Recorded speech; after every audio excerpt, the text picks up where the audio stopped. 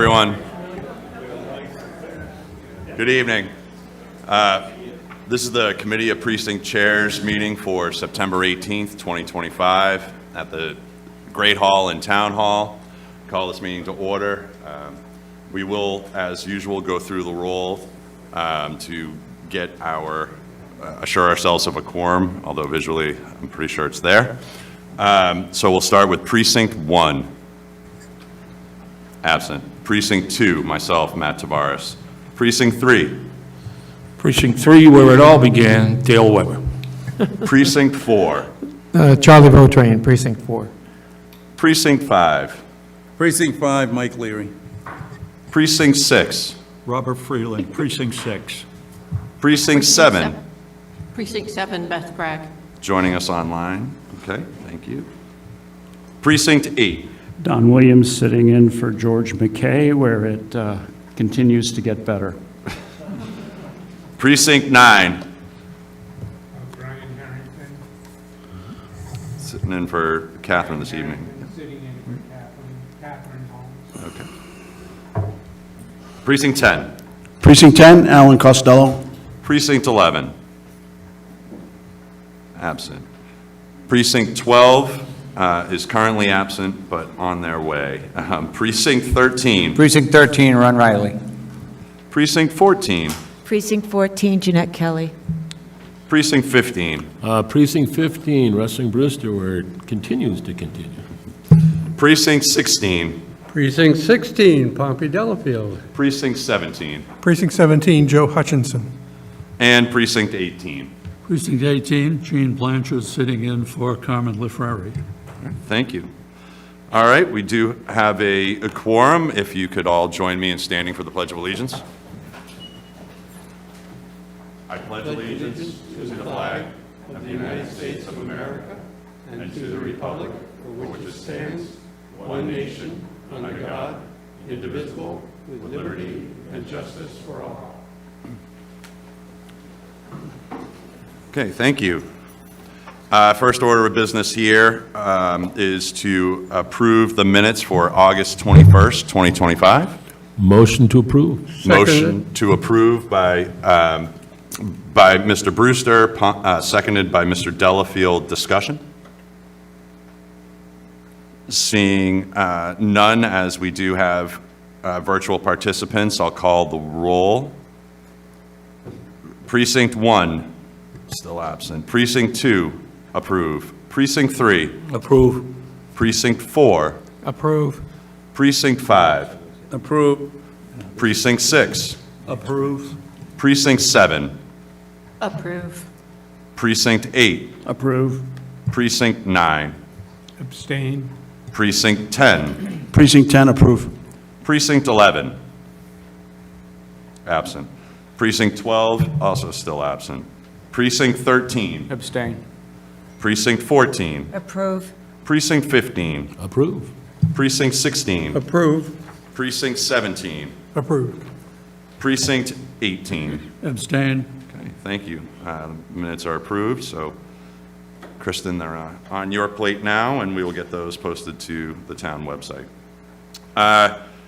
Next, we're going to begin, as is the tradition. I know we have a few new members here. We're going to begin the fall town meeting article review, but before we do that, I know Don Williams had something that he wanted to speak to very quickly, so unless there's any objections, I'm more than happy to entertain that. Mr. Williams? Yeah, I'd just like to publicly thank Kristen Ford for getting these information chock minutes to us in enough time for us to read them all. So there were two things that happened. She got all this information together for us for this meeting, and she got it to us early enough so that we could read it. And I just wanted to let her know and let everybody else know that she's doing a great job. Thank you.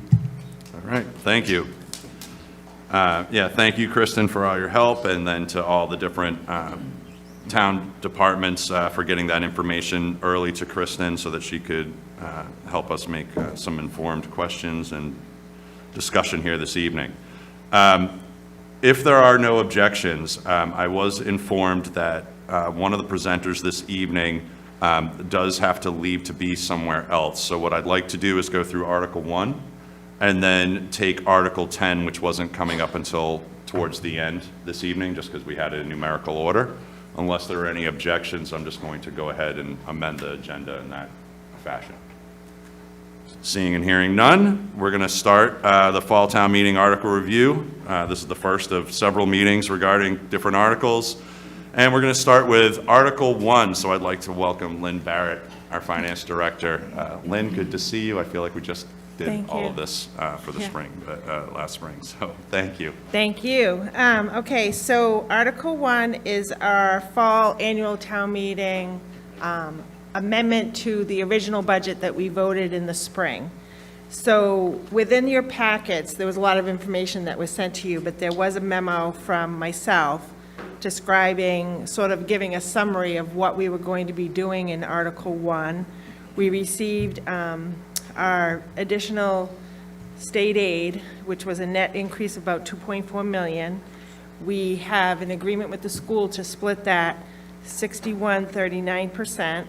So there are 9 budget amendments that are going to be within Article 1 of town meeting to increase the budget using that state aid by a little over $2 million.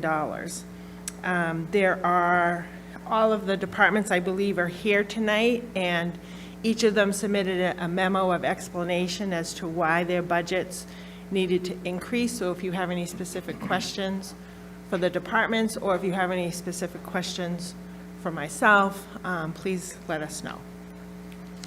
Okay. I'd like to open up any comments or questions from the committee precinct chairs. You've all had this information for a little while now, so any questions regarding Article 1 that anyone sees at the beginning here, please? Okay. Hearing and seeing none, I do also have done this a little bit differently than we've done in the past. If there's anyone in the public that would like to comment on Article 1, I'd entertain that. Everything okay? Okay. We got someone looking at me from the control room. I apologize. I do not see any questions from the public, either online or within the room. So thank you, Lynn, for the Article 1 very brief presentation. I did read through your information. Thank you so much. If anyone has any questions, I'm sure before your caucuses, Lynn and her staff would be more than happy to help answer any questions you might have throughout the process over the next couple of weeks. Well, you didn't have to go. Well, you won't have to go too far, but if you bear with me, I'm going to have, if Kelly, if you want to come up and do Article 10, but I think you also have something in Article 4, correct? No, I'm Article 1. You were Article 1? Okay. Yes. So if you want to come up and do Article 10, that would be great. Yes, thank you for taking me out of order. My daughter's coming to visit from Florida, so I need to get her to the airport to pick her up. So I'm excited about that. So if you might remember, in 2022, I asked for an appropriation of $16,000 to do what is referred to as the codification of the bylaws. And it was mostly to hire a vendor to go through our bylaws to make sure that they were still consistent with state law, that they still worked on how we do business today, because some of them have been passed many years ago, and that it's consistent in format and style, meaning Mass General Law. When you write Mass General Law, we're going to say have it the same way. Instead of having Board of Selectmen, it's all going to read Select Board. So I wanted to take a brief moment, because it is a 29-page document that is redlined and underlined and crossed out. I'll be honest, I don't want this to look like the charter vote that we went through. So if you read it, when you read through it, and I hope many of you did before tonight's meeting, you'll see it's mostly correcting grammar changes. It's mostly correcting, putting all the fines in one location. We did not make many substantiated changes to it. But if anybody, has their reading through it, does find a change and wants to know why we made that change, I'd be happy, or even tonight, I'd be happy to answer that question for you. And if this passes at town meeting, it will go to the Attorney General's office for our whole general bylaws to be approved in whole.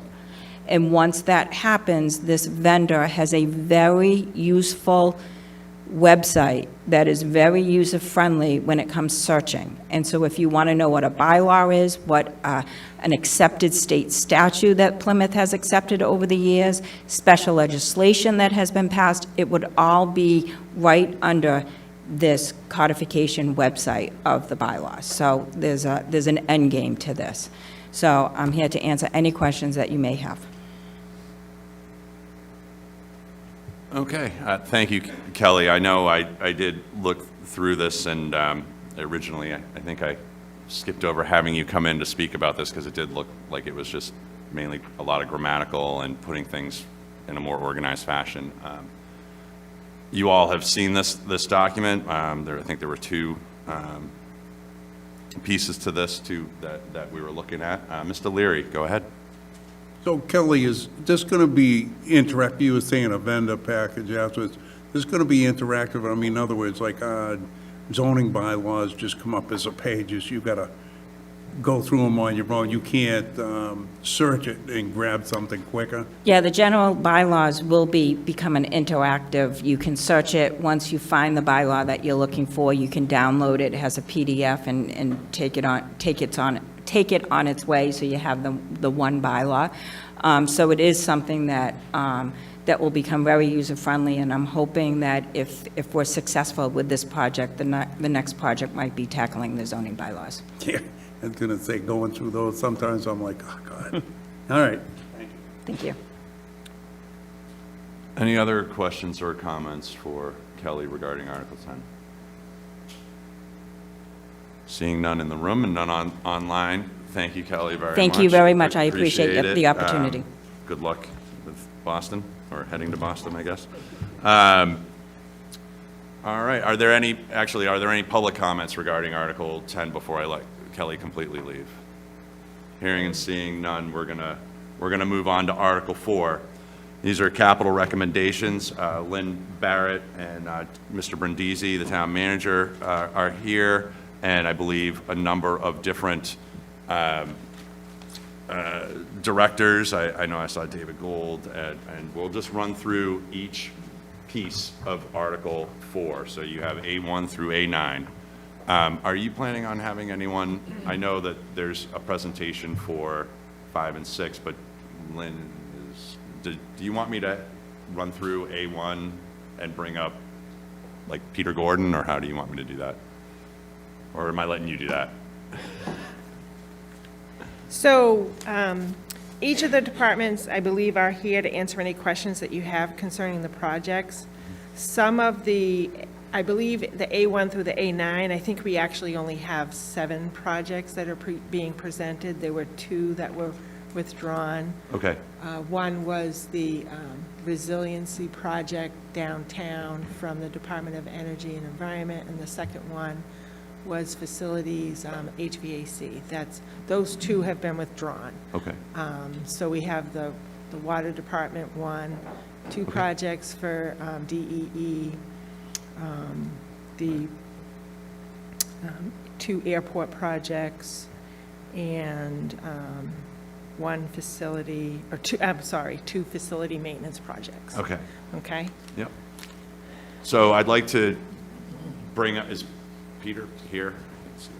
If you'd like to come on up and speak to the water division, I think it's A1 article, that would be great. Thank you. Good evening, Pete Gordon, Plymouth DPW Water Division Superintendent. The Water Division is seeking to purchase a hydro excavator. What a hydro excavator is essentially a giant vacuum on the back of a truck. It uses high-pressure water to turn soil or dirt into mud that it sucks up in this vacuum, and in this fashion, it excavates. This is a vehicle or a machine that has been on our 10-year capital plan for several years now. We've bumped up the order of purchasing this piece of equipment for several reasons, primarily the changes to the lead and copper rule. With the recent changes to the lead and copper rule, we've been required to identify the service line material of all the water service lines in town. There are 15,000 of them. Upon identifying all these services, we've come to realize that there are about 2,500 of them that we don't know what they're made out of. And so between now and December of 2027, we need to identify all of these services. This machine would be absolutely critical in helping us achieve that goal. This machine would also help us with normal service leaks, water main breaks. This machine would help us reset curb stops and gate valves. This machine would increase our efficiency, it would reduce costs, and it would be incredibly beneficial to the division. We've looked at the potential to outsource this work, and that did not come with a high level of feasibility based on cost. If we wanted to contract one of these machines, we'd be looking at something like $2,800 a day. Based on the amount of work that we have for this machine to do, we would probably spend that money within a year, definitely within 2 years, and we would hope to have this machine for 15 to 20 years would be great.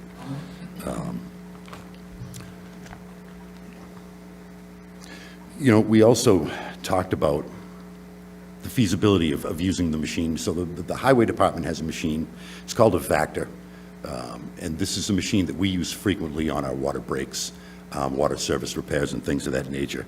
And this machine was not designed and built for this purpose. When we use this machine, it can be effective at times in certain soil conditions for achieving what we needed to do.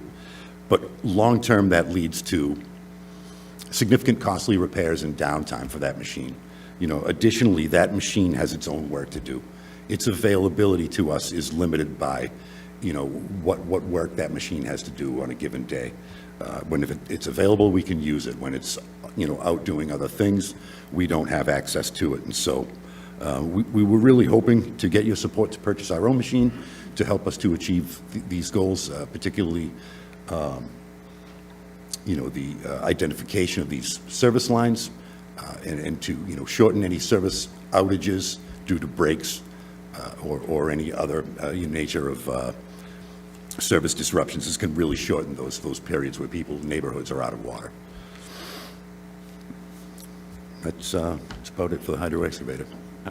Well, thank you very much. How long has this been something that the town's been looking? It's been on the 10-year capital plan for about 3 years. Yeah. Thank you. Thank you for coming with the information on, I could see that being a quick question of what could we do if we were just like leasing the equipment or, so I appreciate that. Are there, I'm going to bring it to the committee. Are there any questions or comments for Mr. Gordon here? Yeah, Mr. Williams. Yeah, I'm just curious, Peter, how, since this is to mainly get the compliance for going from lead to copper pipe, are there any grants available to help pay for this? How is it going to be paid for? There are a number of grants available for lead service line identification. We have to date not seen a grant that would cover this for this purpose. But, you know, if I was giving out a grant, I'd say, you know, yeah, you can use this for this purpose, but you're probably going to use it for a lot of other things as well, and so it doesn't really fit into that grant category.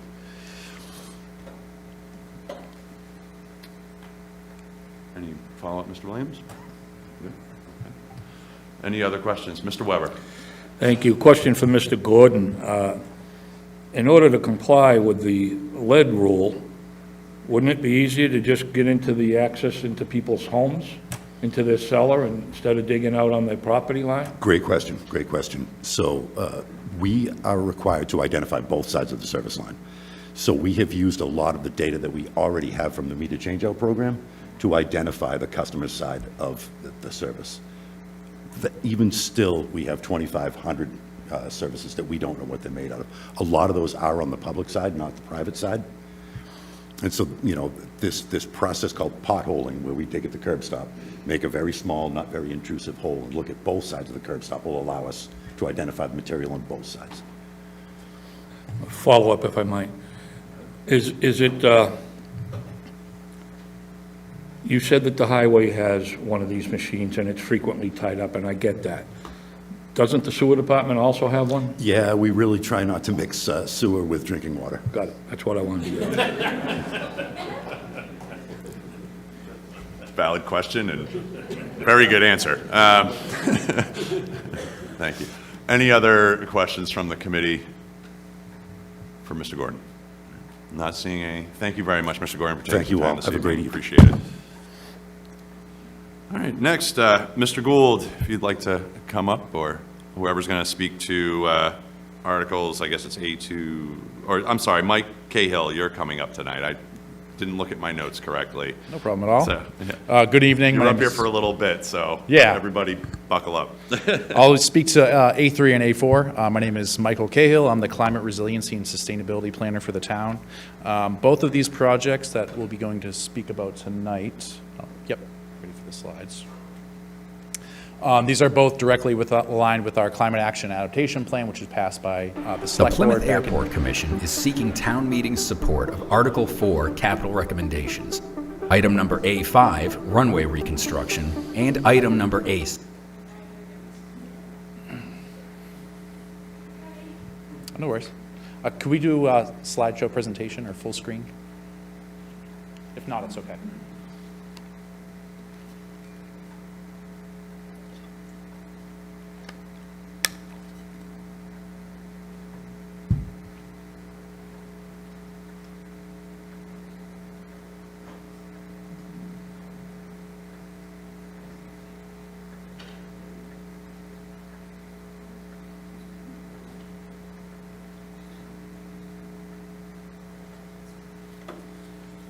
That was good. I got some steps in.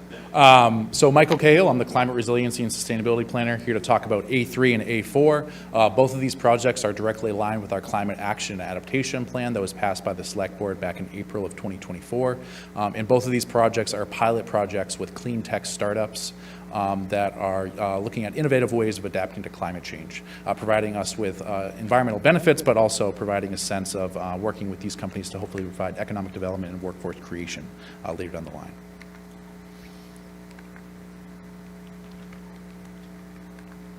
There we go. So request A3 is the Coastal Resiliency Pilot Program. This is working with Insure, which is an innovation hub based out of Boston, Massachusetts.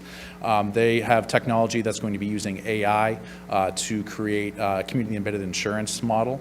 And we're going to be looking at 500 residential and commercial properties in downtown Plymouth.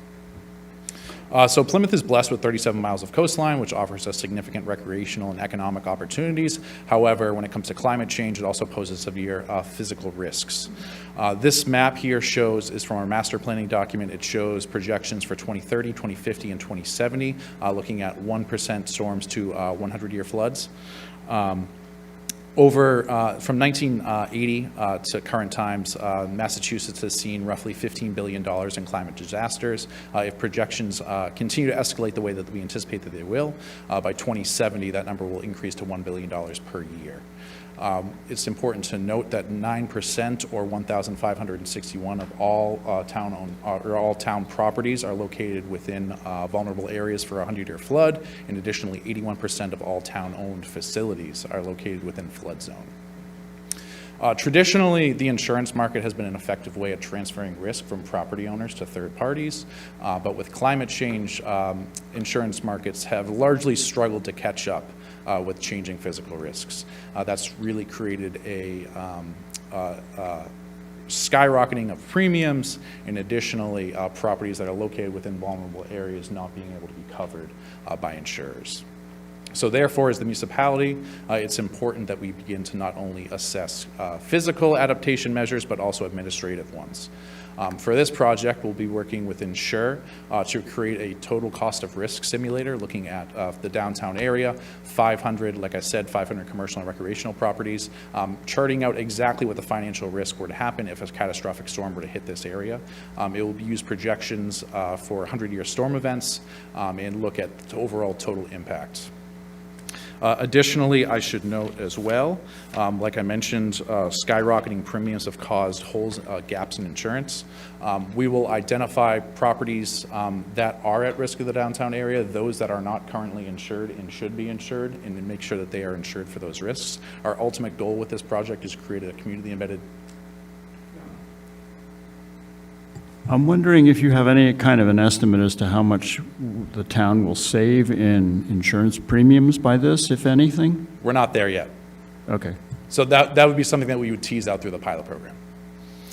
Our ultimate goal is to create a community-embedded insurance approach in which the town sponsors an insurance plan to ensure that people that are located within areas of high risk are covered for the risks that they need to be covered for. Additionally, by bundling consumers onto one plan, we'll be able to decrease premiums, similarly like we do for our aggregation plan for electricity.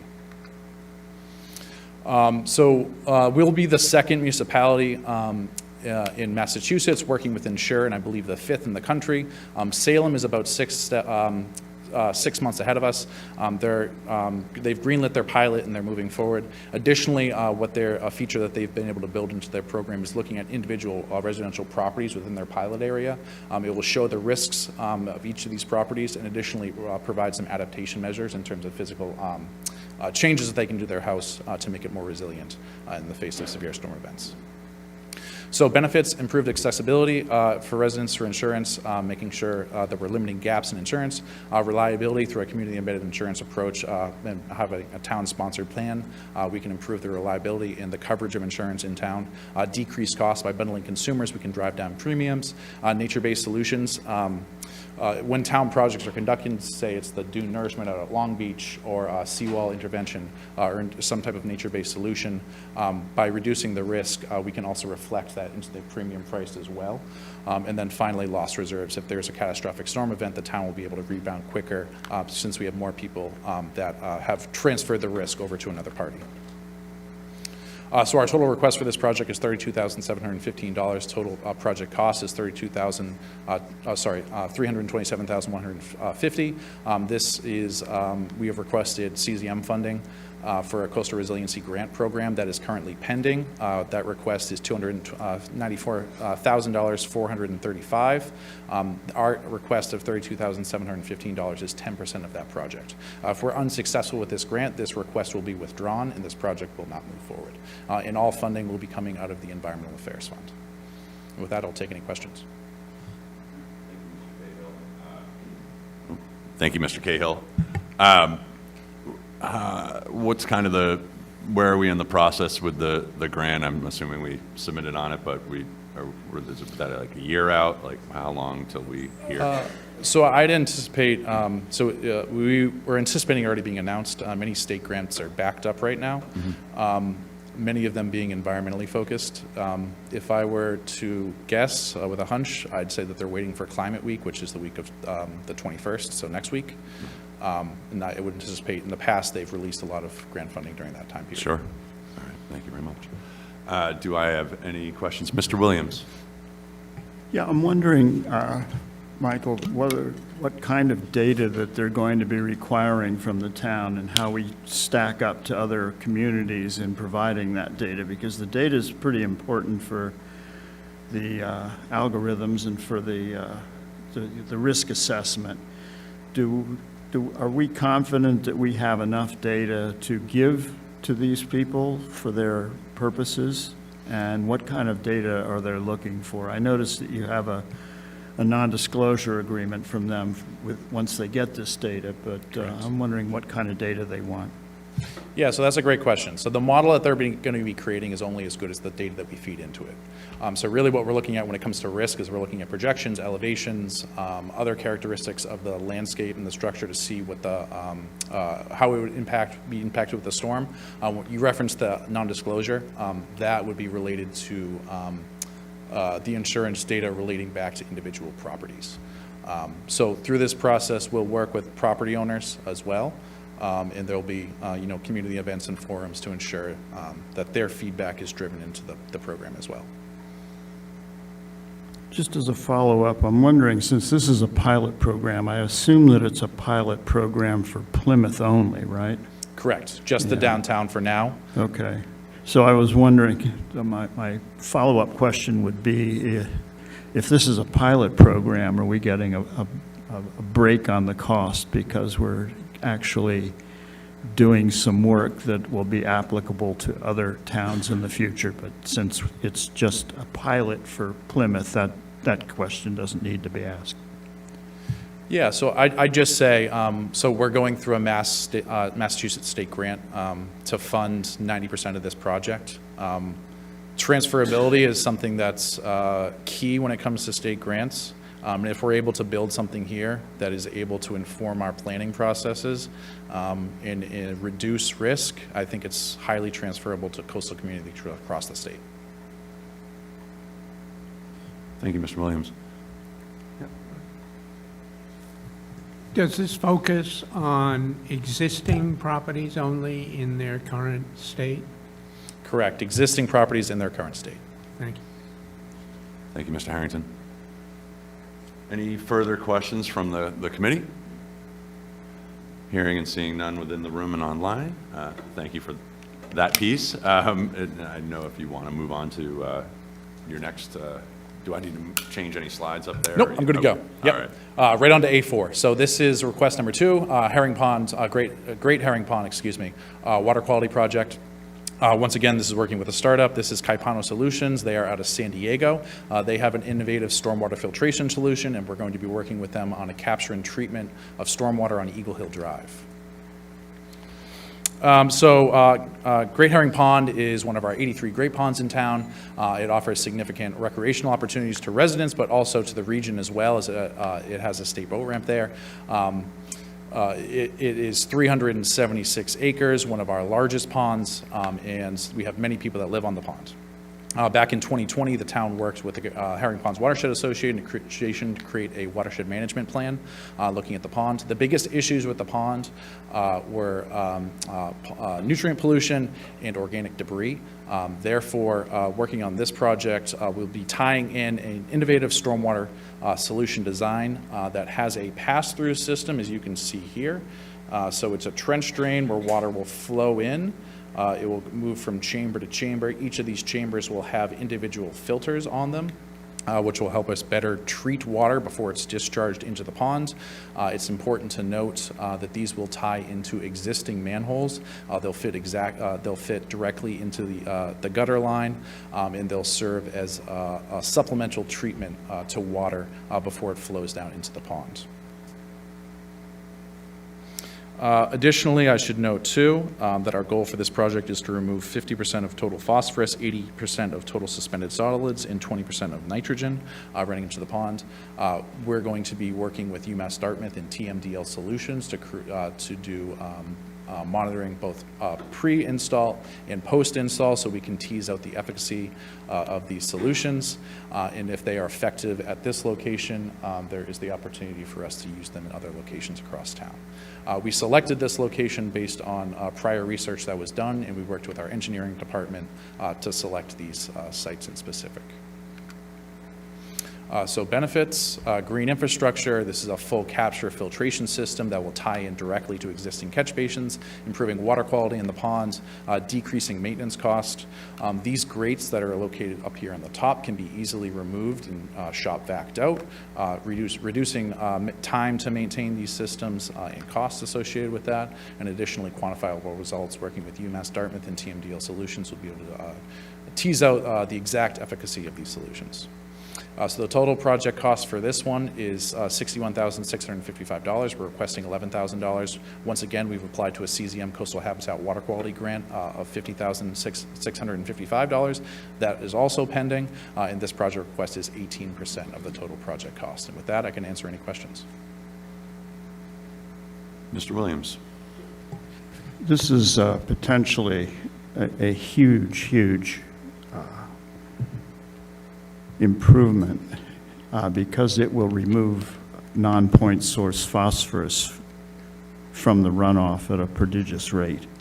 If we can get phosphorus out of Great Herring Pond, there's a possibility that there won't be any longer any cyanobacteria or algae blooms. So this is really big stuff.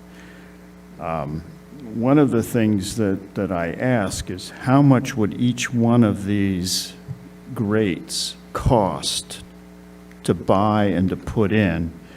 And the reason I ask that question is if other ponds have that problem, would it be easily enough for them to foot the bill for several of these to help their situation? Right now, we have, I believe it's 10 ponds under advisory for cyanobacteria in Great Herring Pond, in Plymouth. So this is just pretty amazing. So how much would one of these cost, is what my question. So I don't have that in front of me. That will be in the supplemental material, but I believe each is around $22,000 with the labor and the install as well. So our total project cost for this is, excuse me, $61,000. I'd have to look back the exact numbers, but I believe it's around $22,000 for us to get to that number. Is that having Plymouth do the This price construction also- work? It includes the, so it also includes the labor, correct, and the study with UMass Dartmouth. Would Plymouth be able to do that? To put them in? To do the install? Yeah. It will be subcontracted out. Okay. Thank you. I got a few hands here. I'm going to go with Pompey, Mr. Leary, and then Mr. Weber. Yeah. How much land do you need for something like this? I know, for instance, problems off of Water Line Road, to connect to the train and stuff like that. Would this be suitable for something like that where there's not enough land for you to do? So for site-specific questions, that's something that we definitely want to run by the engineering department.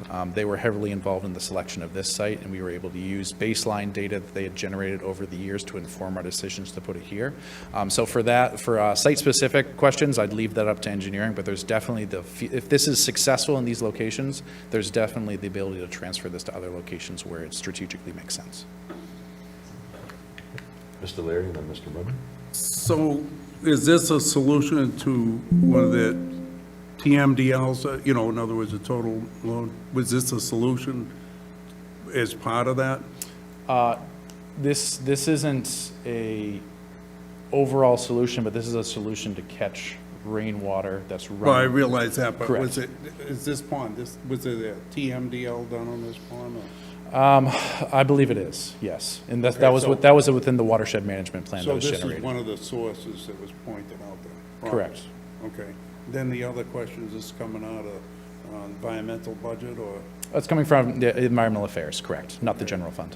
Then my last follow-up is, so there would be further study done to see how much difference this has made, testing done afterwards? Oh, correct, yes. Yes, we'll test directly at the outfall, so we'll see exactly how effective it is at filtering the water before and after. Before and after? Correct. Okay. We also have baseline studies Hold from. on. Sorry. Let's go with Mr. Weber first, and then if you want to add on, Mr. Williams, I'm more than welcome. Thank you, Mr. Chairman. My question is, what is the maintenance on this, and who is going to pick up that maintenance? Yeah, so the maintenance for these is the same as most manholes in town or drainage systems in town. Like I referenced earlier, this one is relatively easy where it doesn't need a truck or a large device. It's just the shop vac that would be open once the grates are opened up. Through the pilot project, our department, within the grant, we have specified within the grant that our department would be the ones going out and maintaining. Down the line, those are discussions that we'll have to have with DPW to figure out long-term maintenance of these structures. Thank you. Mr. Williams? No? Okay. All right. Ms. Allen?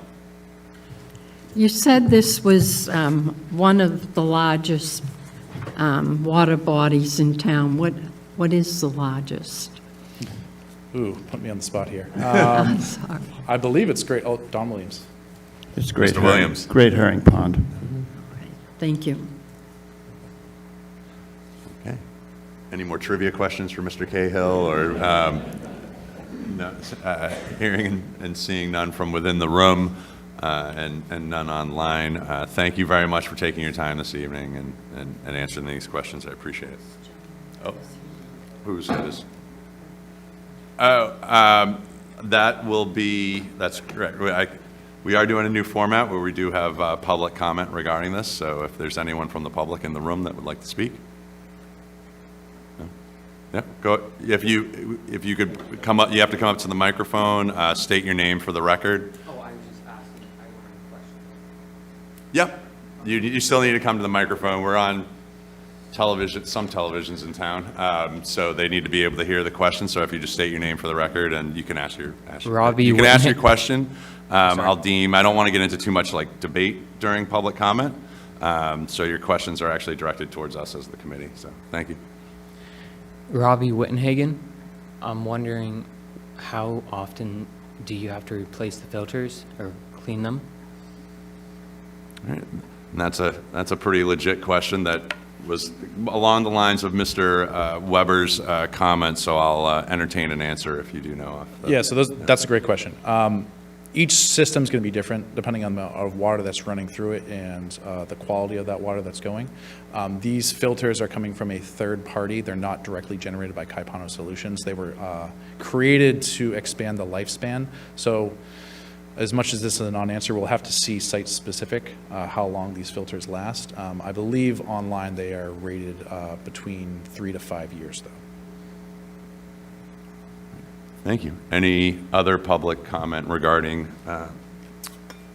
Article A3 or A4 while we have Mr. Cahill here?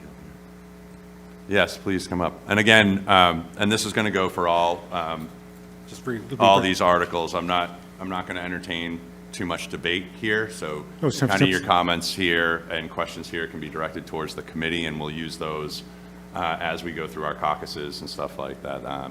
It's not a debate session, so I'm just letting everyone know how we're going to handle this, as it's something new here at the COPC. Very interesting question. My name is Jim Buckley. All right, so if we can get your name and your comment, please. That's Jim Buckley.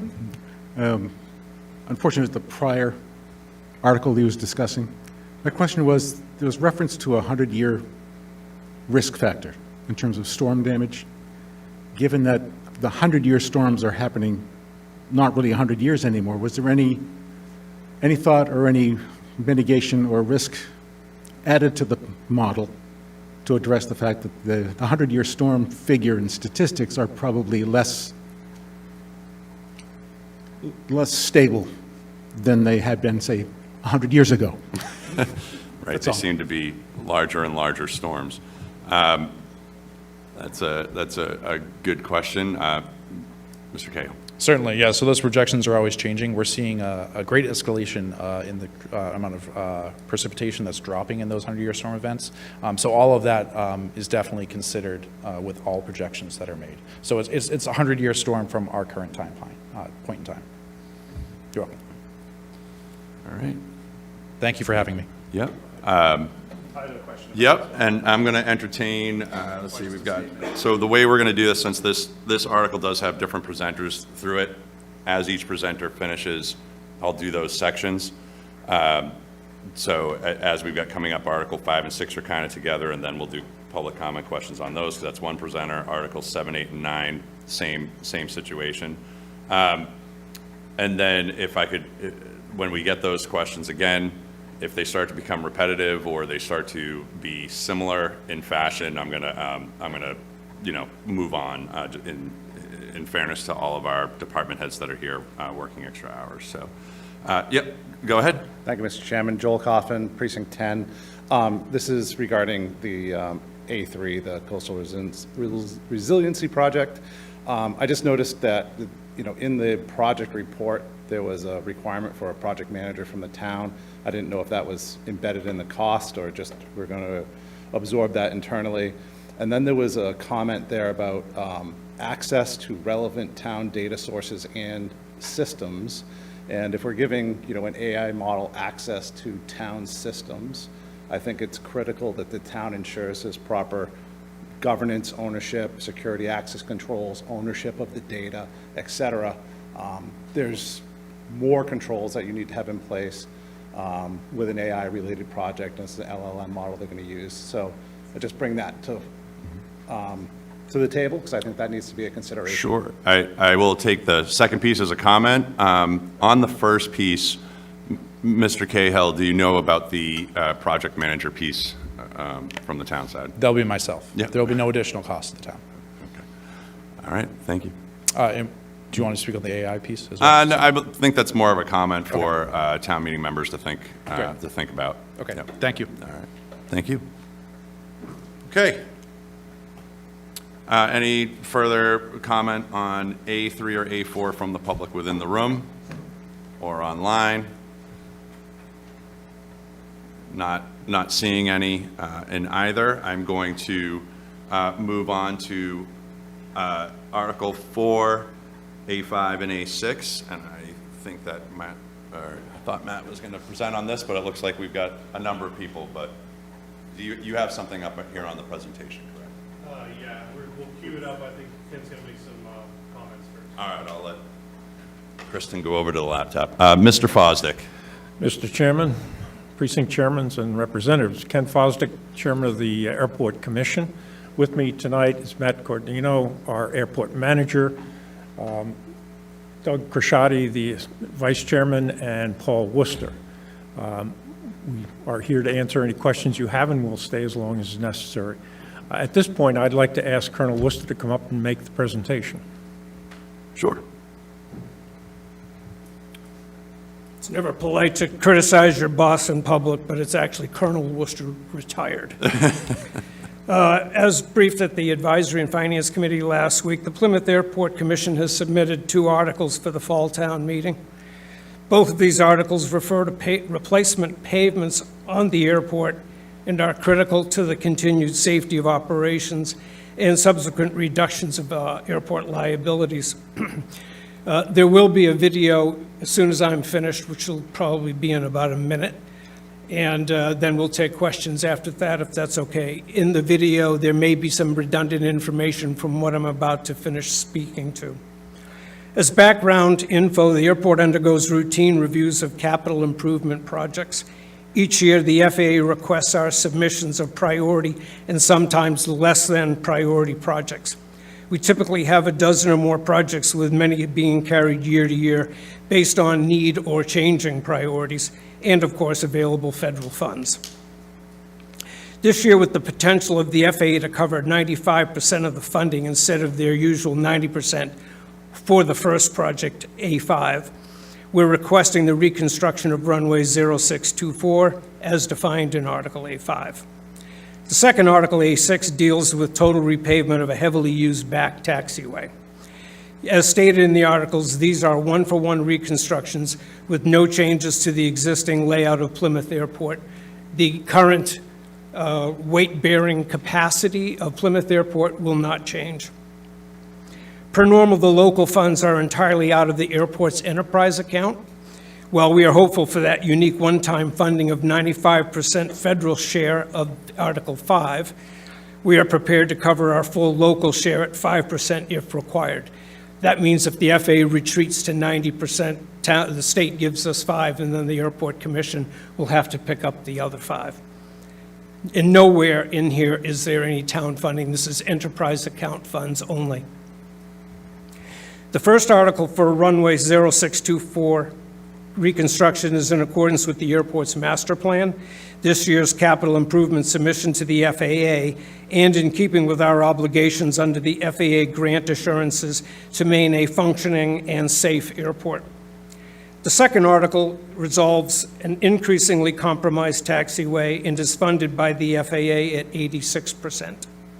Once again, to emphasize the airport's need to reconstruct pavements is critical, no different than our local highway department's periodic road replacements. Again, we're happy to take questions at the end. If you can cue the video, thank you very much.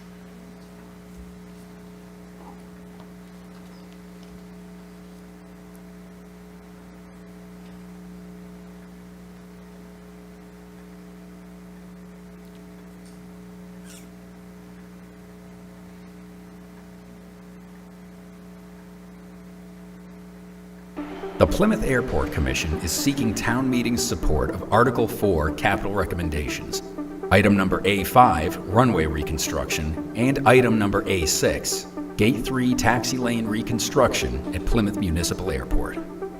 The runway is currently 4,350 feet long and 75 feet wide. The runway reconstruction project is not an extension, but simply necessary maintenance.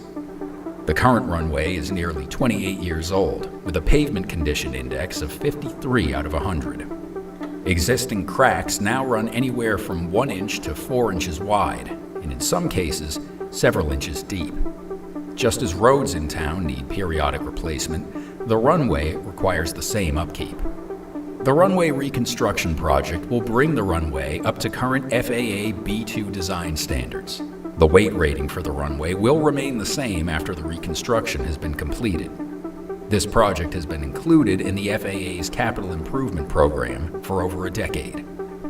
The total cost for Article 4, Item Number A5, the runway reconstruction, is $9.2 million, with 90%, $8,280,000, being funded by the FAA, and 5%, $460,000, from Mass DOT Aeronautics. The Airport Commission is requesting town meeting provide the remaining 5% of funding by appropriating $460,000 from the Airport Enterprise Account. Article 4, Item Number A6, is the Gate 3 Taxi Lane Reconstruction Project, which will replace about 50,000 square feet of pavement used by aircraft to access their hangars and connected aprons and taxiways. The pavement's condition index is just 1 out of 100, the lowest possible rating. Despite repeated repairs, the surface is beyond patching. Loose debris from the crumbling pavement poses a serious safety risk and potential liability if it damages an aircraft. The total cost for Item Number A6, the Gate 3 Taxi Lane Reconstruction, is $870,000, funded 86.6%, $752,000, by the FAA, and 6.7%, $59,000, by Mass DOT Aeronautics.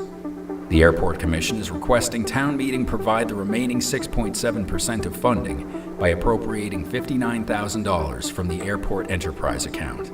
Together, these improvements are essential to keep Plymouth Municipal Airport compliant with FAA safety standards and operating reliably.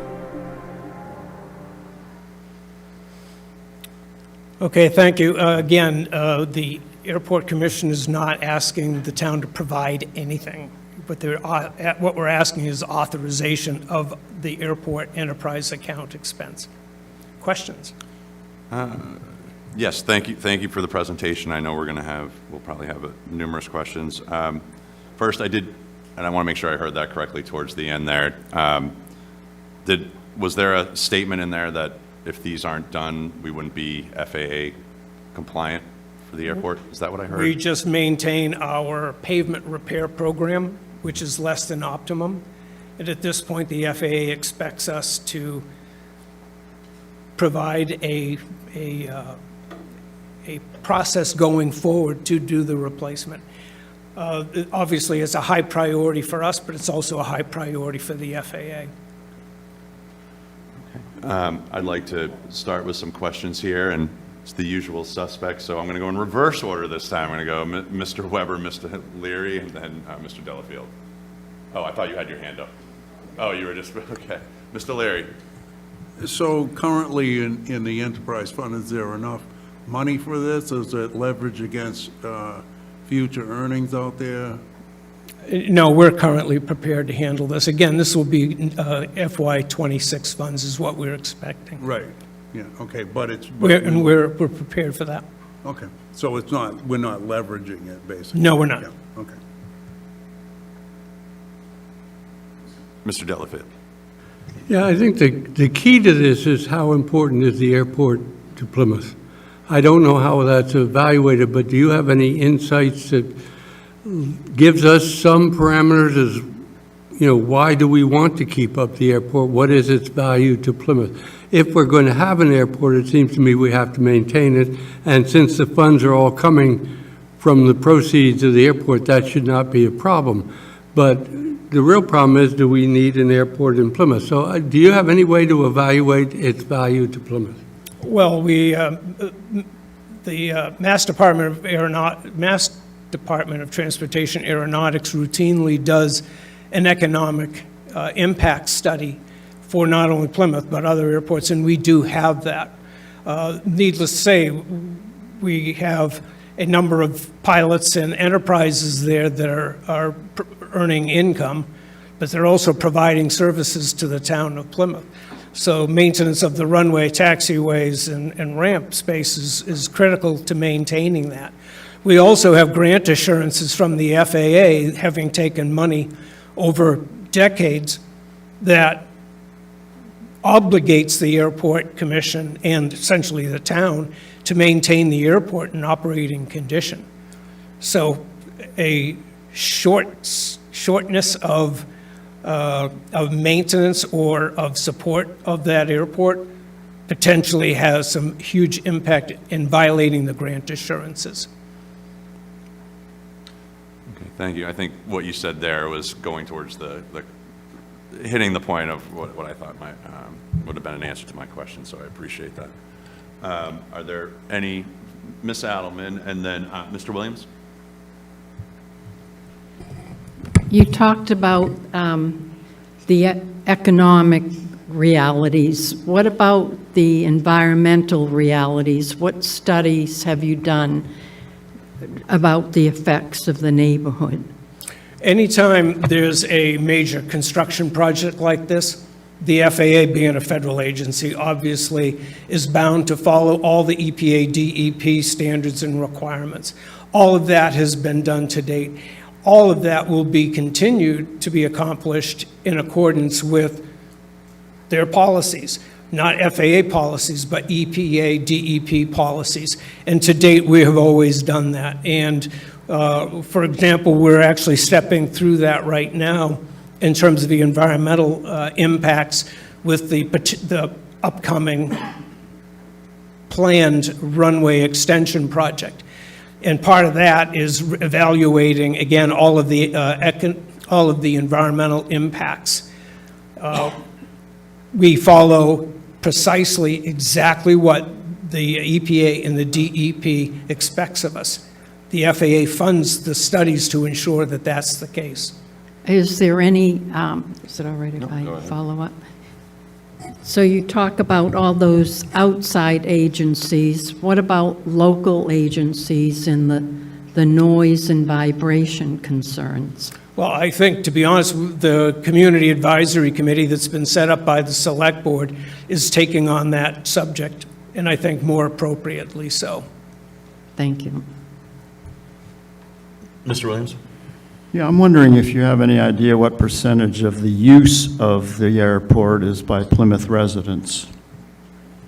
The use of the airport by Plymouth residents? Yeah, people get on planes, people take off, people come in. Are they all Plymouth residents? And if so, what percentage of them are Plymouth residents? I don't have. It's 70% local. So, yeah, okay. So Ken tells me it's approximately 70% local. Mr. Riley? Thank you. Ron Riley, Precinct 13. So there's a large concern out there about the size of the planes that will come in and out. You're stating, I understand the safety needs and redoing the pavement. We see the condition of it. I'm not contesting that.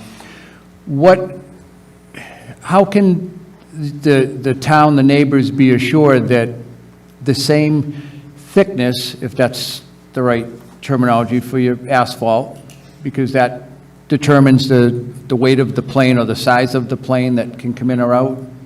Is that correct for your runway? It's actually, we could head into an engineering conversation here that would last for hours, as my engineers describe it to me. And as an aeronautical and space engineer and a mechanical engineer, I can tell you it is very complicated. However, the pavement design is only to satisfy the current designation that the FAA has for the airport as it currently exists. So to put it more complicated for you, even though this is a one-for-one project replacement, it doesn't mean that it's going to be an inch-for-inch depth reconstruction.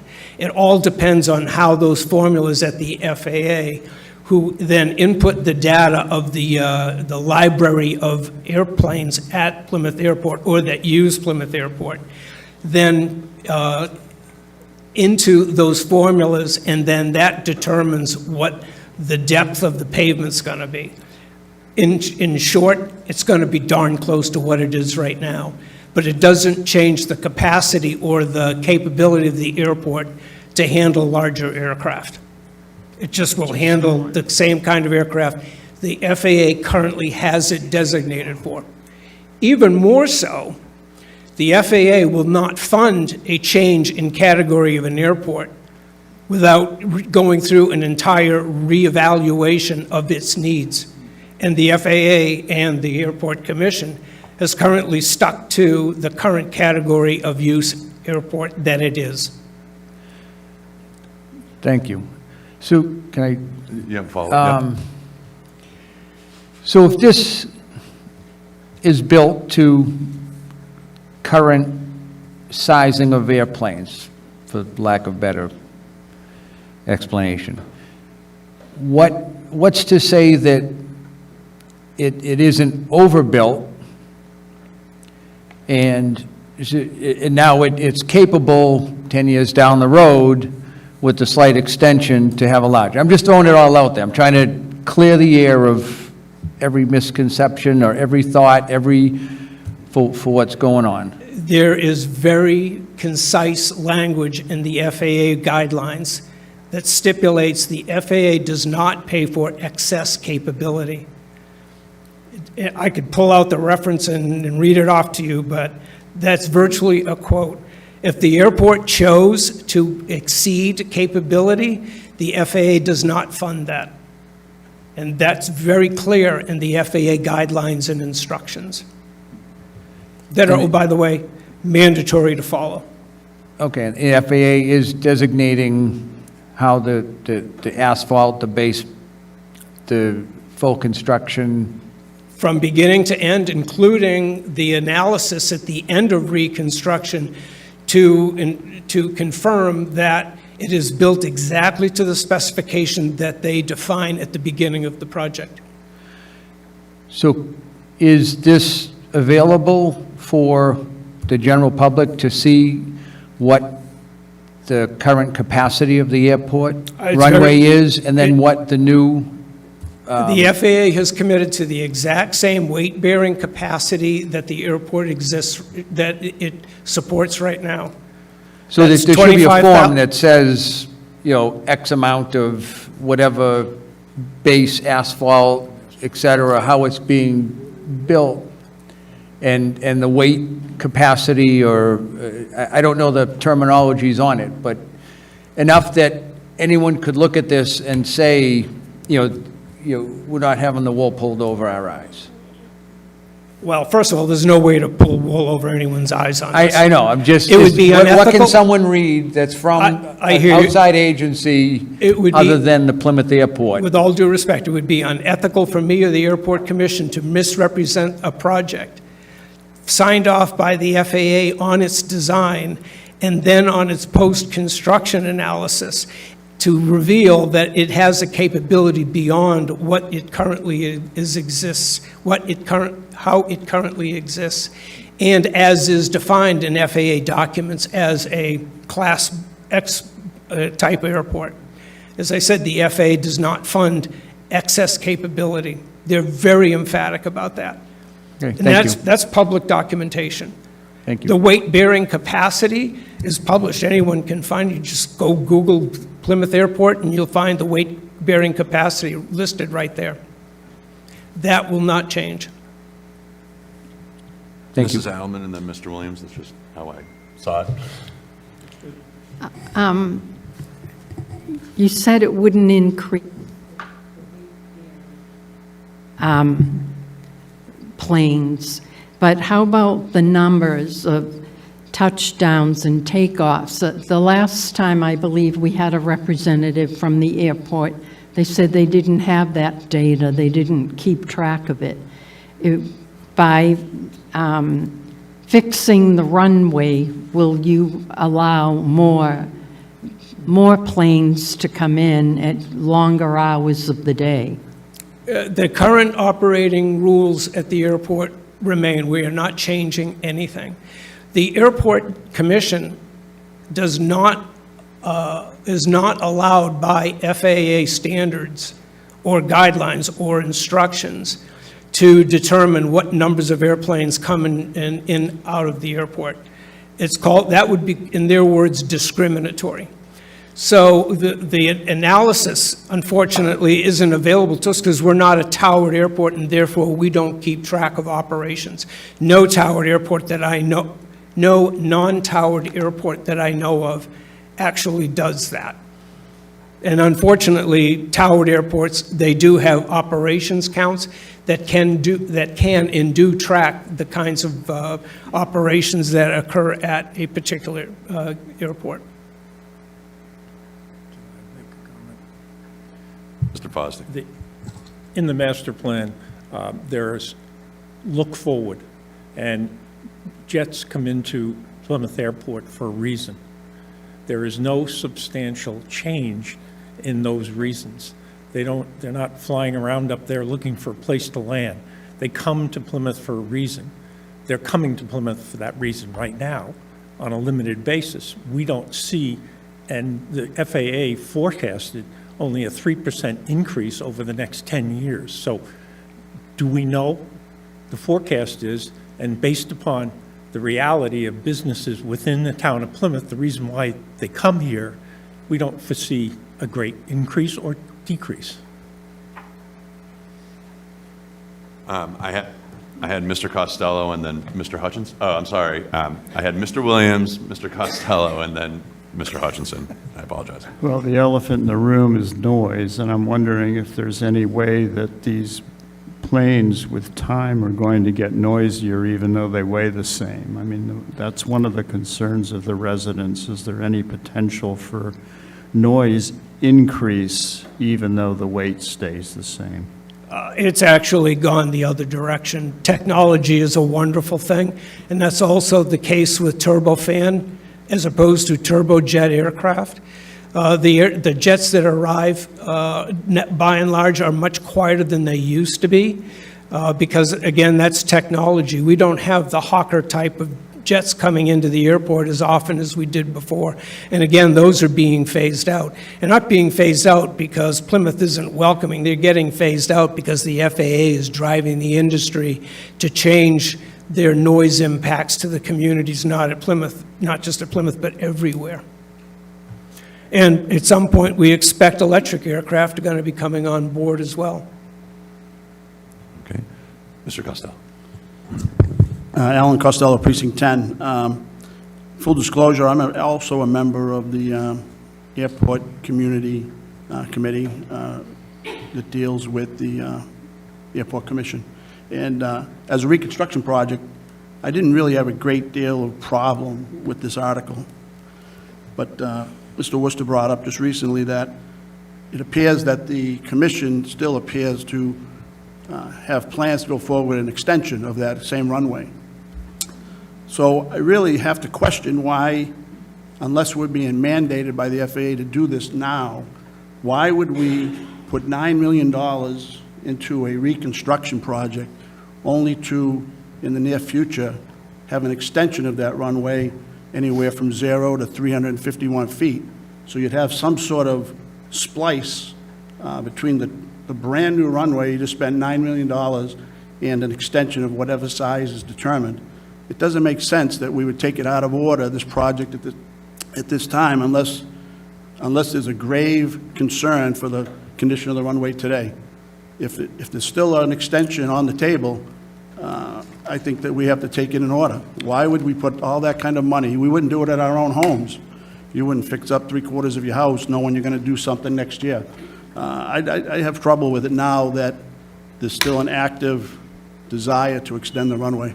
Thank you. Yeah, I'm going to let you address that, but I think that is probably the largest question in the room, is how do these two dovetail together? And I understand that the Airport Community Advisory Committee is dealing with the extension.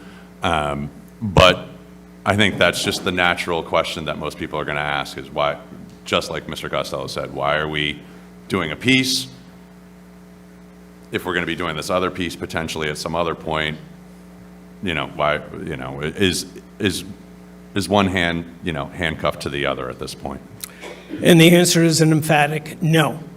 And the reason for that, very simply, is the video said we've got a 4,650-foot runway. Technically, we don't. We do, but we're not paving 4,650, we're paving 4,350. The reason for that is because we already added the stopway to the new threshold on the northeast end of the runway several years ago. So the construction project actually begins at where that new pavement and the old pavement starts, and then runs down to the southwest end of the airport. So we're already going to have a seam. The FAA already understands seams. It's in their pavement's Bible, if you will. And it very definitively describes how they manage seams.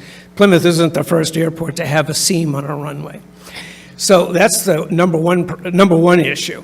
Number two is, this is at $9.2 million. The FAA is not going to give us another $9.2 million to do a runway extension. We can't wait while we go through the CAC deliberations about whether the 351 added feet is good for the town, good for the airport, good for anybody, unless we get this existing pavement done. I can go back to 20 in my files, and I keep pretty good files. I've been on the commission since 2001. This is 2018 matrix that shows all of our capital improvement projects. Highlighted on there is the reconstruction of runway 0624 that's on this warrant. It's on there because there's a lifetime pavement useful, and the FAA documents are pretty clear. It's 20 years. We're almost 10 years beyond that. And the condition, as you saw in the video, says we got to get moving on this. We haven't got time to debate what's going to happen with the 351 while the 4,350 feet out there is falling apart. And that's why the FAA approved our change of priority. They agreed with the priority and they support it. I think we're all in agreement that we wouldn't want, we hear enough about potholes in the roads around Plymouth that you wouldn't want to drive your vehicle down that airport runway in some of those photos. But Mr. Hutchinson. Yeah. Thank you, Mr. Chairman. I think that Mr. Delafield might have been asking a question that was a couple of thousand feet above where we're talking now. And it has to do with the use profile of the airport. And Mr. Fosdick, when he was making remarks, said that the FAA is projected to has projected that we would get 3% increase over the next 10 years, something like that, I think you said. So how do they arrive at that 3%? Who do they think is using the airport? What are the use profiles in terms of, how much traffic, what kind of industry, all of that? What are they measuring?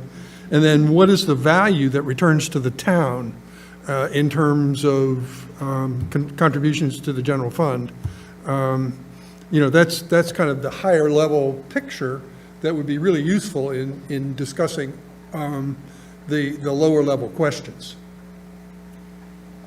Okay, I think that their progression is basically what I said earlier, that they, from analyzing these situations across the country, see that there isn't a change in the community that would indicate there would be more jet traffic than there is currently. So I believe that's how they base their forecast. All right. I want to go ahead. I'm sorry. No, that's okay. Go ahead, please.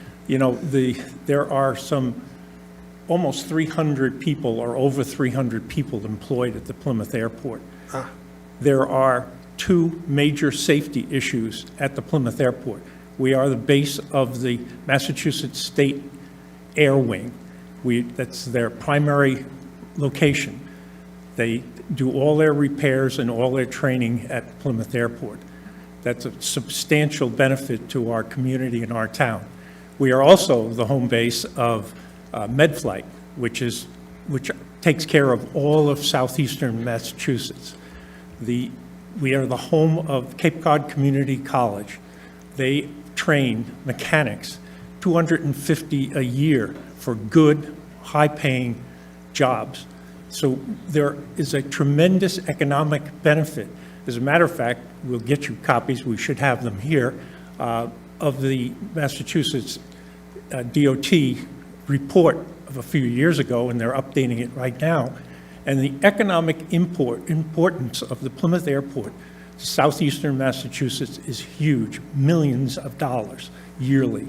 And we are the second largest economic driver of a general aviation airport in the state of Massachusetts. So there's a huge benefit. Now, the people that are working at the Plymouth Airport and the people that are being trained at the Plymouth Airport are not the executives. They're the people that are fixing and taking care of these airplanes. So the idea that this is a highfalutin thing that doesn't help the town of Plymouth is wrong. We're there training people and have people working there that are doing the real hard jobs. Yeah. Please don't get me wrong, I'm not questioning. I mean, in fact, if you were making a case for an airport, you would say the technology increases over the next decade, and the decade beyond that are going to give us electric helicopters. Correct. That would end up landing on the Hancock Building or something, I mean, I think that it's a big, complicated conversation that needs to happen in town, and that's why I asked, so. Thank you. Thank you for the question. Yeah. I would like to go back to Alan's question. I've been on the commission a long time, and the fact of the matter is that the capital improvement plan that the FAA has is a very well-established program. As soon as they rebuilt the runway 28 years ago, they forecasted when it was going to have to be changed. That's been on that forecast and that capital improvement plan for all 28 years, and it's moved down, down, down. And in fact, the reason why the other discussion is going on is because the FAA said, okay, you're 4 years out. It's your opportunity now to see what you can do to improve safety at the airport. That's when we went into the master plan update. We made the announcements. We had many meetings, and at that time, we discussed what could we do. The FAA asked, what are you going to do to improve your airport? And one of the things we looked at was the alternative of extending the runway 351 feet for the airplanes that are currently using it. That has created a certain amount of input from the community, concerns that are appropriate. And so what we did, the redo of the airport runway is not something that's just new or just came around. It's been there for 28 years. So that's what we're doing now. Originally, when we started talking about this project, we said, well, it would be really appropriate to do both things. If we were going to extend the runway by 351 feet, why wouldn't you do it at the same time? The FAA turned around and said, we cannot fund you for that amount of money. So we're going to split it into two projects. One got put ahead of the other, and we said, wait a minute, we're in the middle of this process, the CAC, let's put it back in the right position. The FAA agreed, and that's why we're here today. Any further questions or comments from the committee? Seeing none online or in the room. Thank you that's from the committee. We'll get there. Thank you very much for the presentation. As I did earlier, since these are broken up into a couple of different groups, I am going to entertain public comment regarding these. I do want to make sure that everybody within the room, I know that I understand the airport and the situation that we're in and some of the emotions that go behind this. I want to remind everybody that we are here to hear your public comment regarding this. If the question seems that we could get an answer this evening, we will do that. But I also want to remind people that this is in regards to Article 4, A5, and A6. So please try and keep your comments focused on those articles. That being said, I'm more than willing to entertain some comments. I do see a hand raised online as well. Once we get into this, just remember you have 3 minutes to speak, and then if it starts to kind of be repetitive after a few, we'll probably wrap it up, and I would encourage you to continue your discussions at precinct caucuses and then reaching out to the moderator to speak during town meetings. So at this point, if anyone in the room would like to, I see your hand first, but you can queue yourselves up, and if you just come up, state your name for the record, and you can address your comments or questions to the committee, please. Thank you, Mr. Chairman. Sybil Hall in Precinct 8. I'm fascinated by this because, of course, I've been reading emails and everything, hearing about the conflict and concerns for 2 years. I live down near to the Cape, very far from the airport, but I'm a town meeting rep, and I did go with another rep from our district out to the airport last year and took a look around and spoke with a very helpful gentleman there. We just saw a runway and everything in terrible repair. Of course, it needs to be taken care of. It looks dangerous, but I feel as though if we were talking about repaving a road, I don't imagine that the neighbors would come out and form a group to prevent the road that was all potholed from being repaired. So I feel as though I'm missing something. I don't understand actually why this group from the airport is on the back foot. If all they're really asking is to repave the runway and the access road, that seems very straightforward. So what is it that is not being talked about? What is the problem? Why are people upset about that? That's what I'd like to have answered, because if it's only just repaving, that seems perfectly necessary and clear. Thank you. I don't think you're going to be able to get quite an answer on that, because it's almost a subjective. I understand your argument and your question, but that's almost why is someone upset is a very subjective answer. So I'm just going to move on to the next comment. Just please state your name. Thank you. Steve Lantang, Precinct 10. I just hope you have a little patience for me. I added a few more questions since the discussion because the runway extension was brought up. And I am on the airport CAC, and in 7 months we've accomplished nothing. I'm the only one on the CAC that was against the airport, and it's going nowhere as far as I'm concerned. Why are we here? We're here because we don't want more luxury jets flying over our homes. The reconstruction of the Plymouth runway 624 was originally the second phase of the proposed runway expansion. Phase 1 was to extend the runway to 5,001 feet to accommodate the private luxury jets because their insurance companies do not let them come here now, and this is per Du Bois & King, the engineering firm for the airport. And at the last CAC meeting, it was specifically asked by the chair, what if the town said, we'll let you have 499 feet? And they said, absolutely not, that won't work. We need it for the insurance companies. So, and there's no studies by the FAA to say, what is the increased traffic after a runway goes to 5,000 feet? And so I just feel, as many residents do, that the Airport Commission's lack of transparency continues and once again has been misleading the town about the reconstruction of the existing runway, just like they had about the runway extension.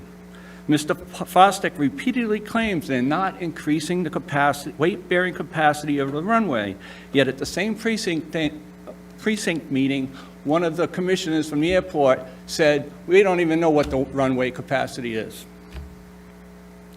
When it was built in 1998, and if they do not know the weight capacity, how can they claim they're not increasing it?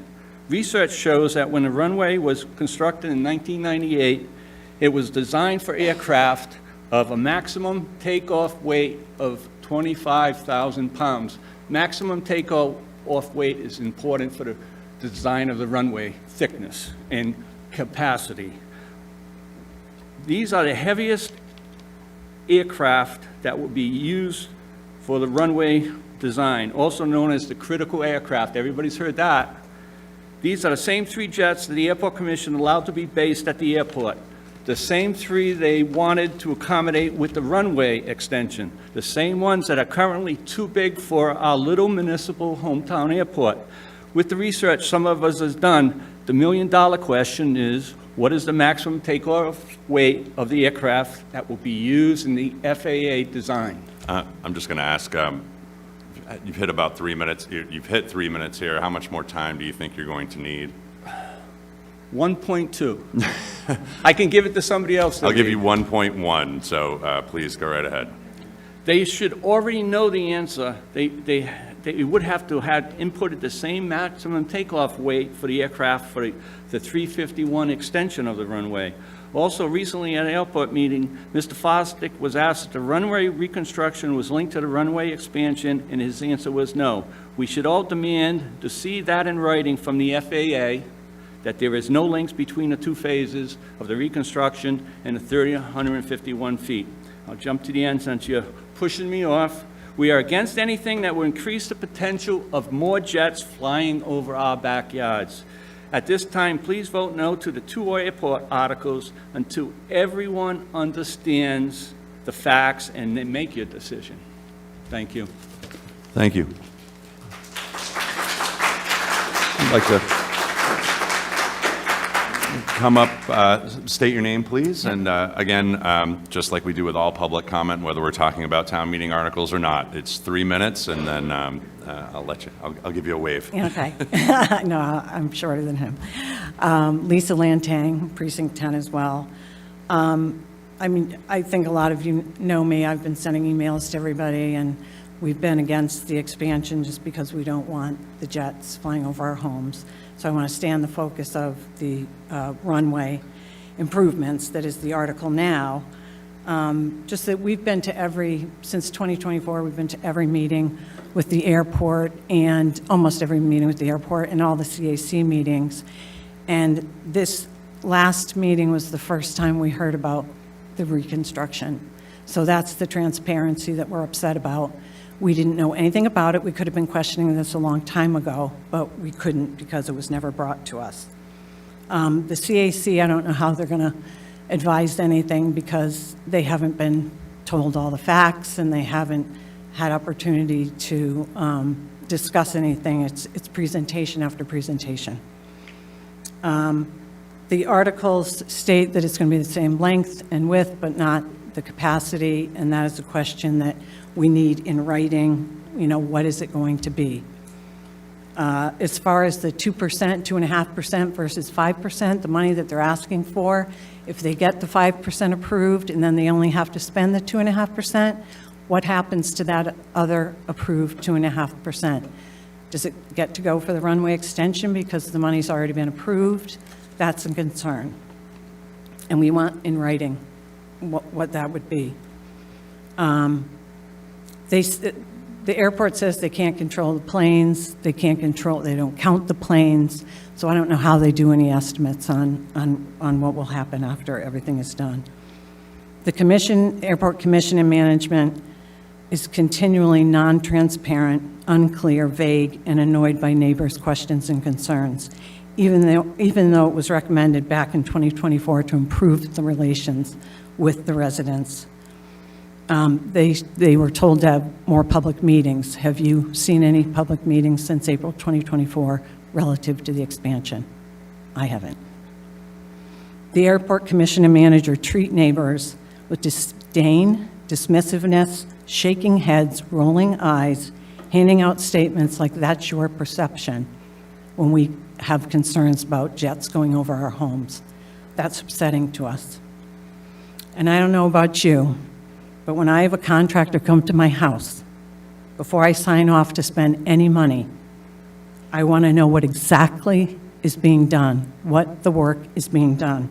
I want to know the total cost and have a detailed contract. Please require the same details for for this article. Thank you. Thank you. Are there any other? I do have someone online, but I'm going to go, it looks like I have two more within the room, so I'm going to start within the room, and then we'll bring the person in online, because that just involves a little bit more. So if you can just state your name. Hi, I'm Hillary Gibbons. I spoke last year at this committee meeting. To be honest, I wasn't planning to speak tonight because I've tried to remove myself from thinking about the airport because it really has just had a large impact on my family. I shared a video of my 2-year-old crying last year from a plane going over. He doesn't cry anymore, thankfully, but the noise is still an issue. It just hasn't, every time that we speak to the airport and ask them what's going on, they say that they're still within FAA guidelines and there's nothing they can do. And that's my biggest concern, that as we make improvements to the airport, as the airport continues to grow, when does it become out of control of the town and it just keeps going back to the FAA. I had to leave my house the other day. I packed everybody up and we left because I couldn't deal with the noise. It's just, there's been no improvement in the past year. We still have flight school planes landing in the middle of the night, 11 p.m., 12 p.m. I have screenshots of the flight school who is very aware of the noise abatement. My questions are, I would like to know where the 70% comes from, of that it's Plymouth airport users. I don't know if that's the flight school balancing out those numbers. Do they count every plane that goes out through the flight school as a Plymouth, from Plymouth? And then my other question that I would like clarified is they said that there are 300 employees of the airport, but I believe that there are 6, and then the other companies on the land employ them. So could those companies still be there regardless of the airport? I'm not sure of that, but I would like that clarified, how many employees are actually employees of the airport. And I think that's it. Thank you. Thank you. I've heard it a couple of times here this evening. If there are, and it's a valid concern, and I hear the concern, but if there are issues with the Airport Community Advisory Committee, I think that we've heard that here, but that is a select board committee. So please, make sure you're addressing those concerns to the select board. We can hear them here, but we don't appoint anyone to that in essence. So all we can do as town meeting members is speak to Articles 5, A5 and A6. So go ahead. Sure. Thank you. Joel Coffin, Precinct 10. Again, my big question still is, if they resurface the runway, totally looks like it needs to be resurfaced to me. I'd want it resurfaced if I was them. I don't have a problem with us having an airport, so I just want to make that clear. But if it's going to be resurfaced to a B2 level, because we're currently a B2 airport, there's a lot of different levels of runway strength and thickness. We just need to be assured that it's not going to expand. Currently, standard day, we understand a Falcon 2000 can come in at 30% capacity. That's the biggest aircraft currently at the airport. When this is done, if a Falcon 2000 can come in at 100%, I consider that a problem. Because that would be, we would then have opportunity for more Falcon 2000s to come. Because if you can only come at 30%, not everyone who has one would come here, but you might get more later. And that's a challenge. And if you take back our airport's website and look at the cover pictures of Falcon 2000 going over somebody's house on Federal Furnace, you're not going to want that over your house. So.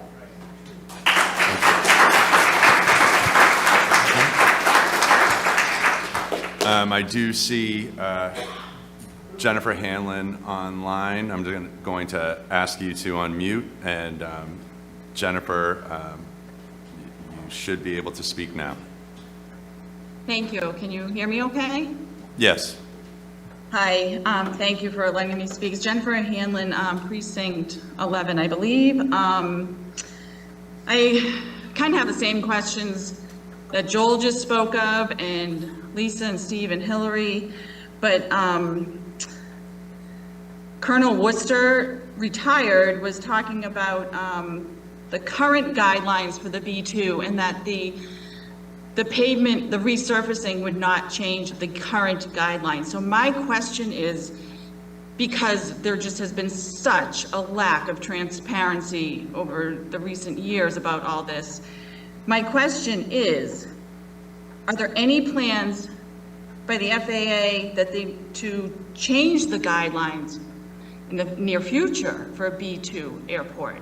And so if this runway should change thickness but still be within the current guidelines, if there are new guidelines in 2026 or 2027 that are like on the table or coming up and that we know of that are going to be starting, will this new thickness meet new guidelines to be able to carry our heavier, bigger jets? That's a concern of mine. I think we need to look into the future. And the other question is what is the highest weight of the planes that are currently using the runway? Like what's the highest weight that they use with the current runway? I don't know if I'm being able to make sense with that question. Are you saying what's the heaviest plane, or what's the heaviest tonnage that can land on that runway? What's the heaviest weight of a plane that is currently using the runway? Sure. So I think because I've heard it a couple times, and I definitely heard this during the presentation, that the B2 designation from the FAA is not going to change at this moment. I'd look to who I would consider the experts in the room at the moment, if they've heard about any plans for regulations for B2 designation to be changing in the next, we talked about a 3% increase over the next 10 years. Do we see anything like that coming down in the next 10 years? But then I think the last question, I'd hope you'd be able to answer what the heaviest plane is that's allowed to land there at Plymouth Airport right now. I feel like that should be known data. So, Colonel? Thank you. Like, will classifications of the airports be changing? That's kind of what yeah. I believe what I asked. Thank you, Jennifer. Thanks. Colonel? Okay. No, the FAA is not planning on changing guidelines. If they did, they would have to undertake an entire airport reevaluation, because that's the way it works with the FAA. If it changes a category of the airport, the entire airport system has to be reevaluated. We're not Just looking... to be clear, entire airport system, you're referring to across the United States. We're not talking... Absolutely, thousands, but more specifically at Plymouth Airport, that would be taxiways, runways, airfield lighting systems, et cetera. The answer is no, it's no change. The other is pavement is not connected to a category of aircraft. It's related to the critical design aircraft, in this case, the Falcon 2000.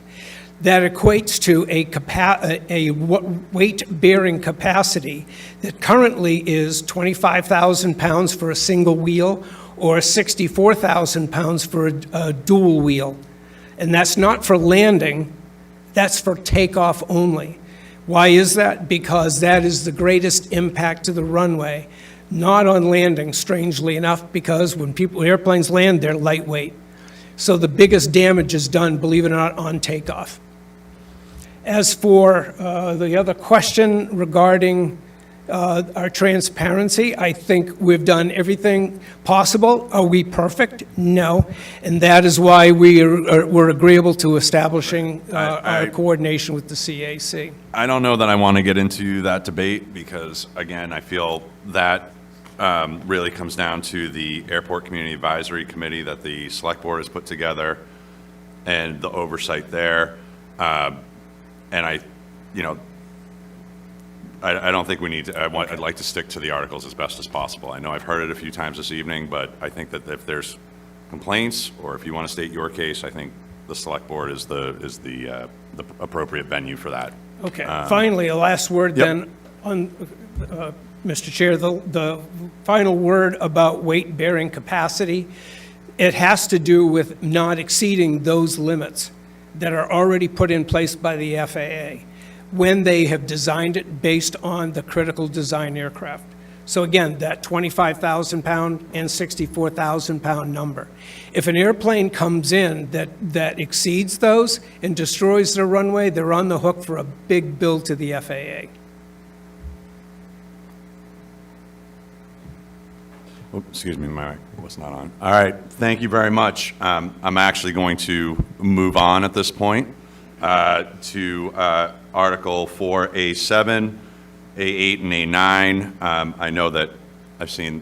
I know that we had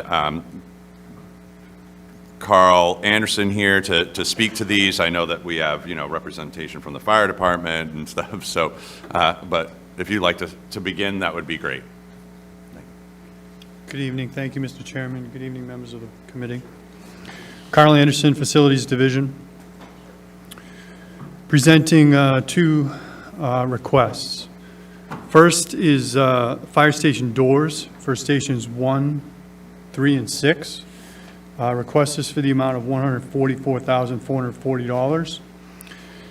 Plymouth Fire Stations number 1, number 3, and number 6 have apparatus bay doors that are in need of replacement.